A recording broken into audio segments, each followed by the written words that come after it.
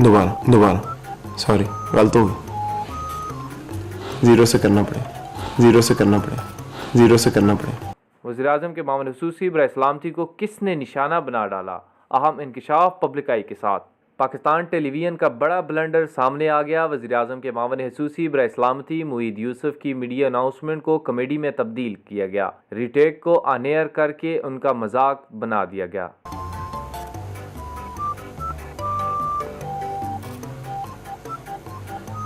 दोबारा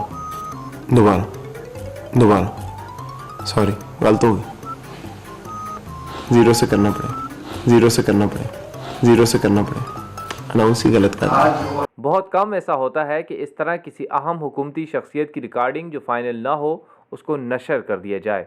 यहाँ पर सवाल ये उठता है, क्या ये साजिश का हिस्सा था और सलामती के मामून ख़ुसूसी को चंद अनासर ने जानबूझकर निशाना बनाया, या प्रोफेशनल ब्लंडर था और इंसानी गलती के तहत हुआ।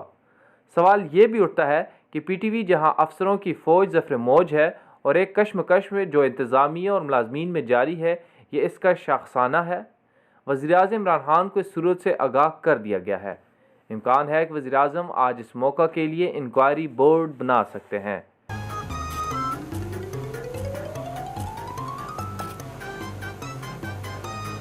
दोबारा सॉरी गलत हो गई, 0 से करना पड़े, 0 से करना पड़े, 0 से करना पड़े, अनाउंस ही गलत कर दिया।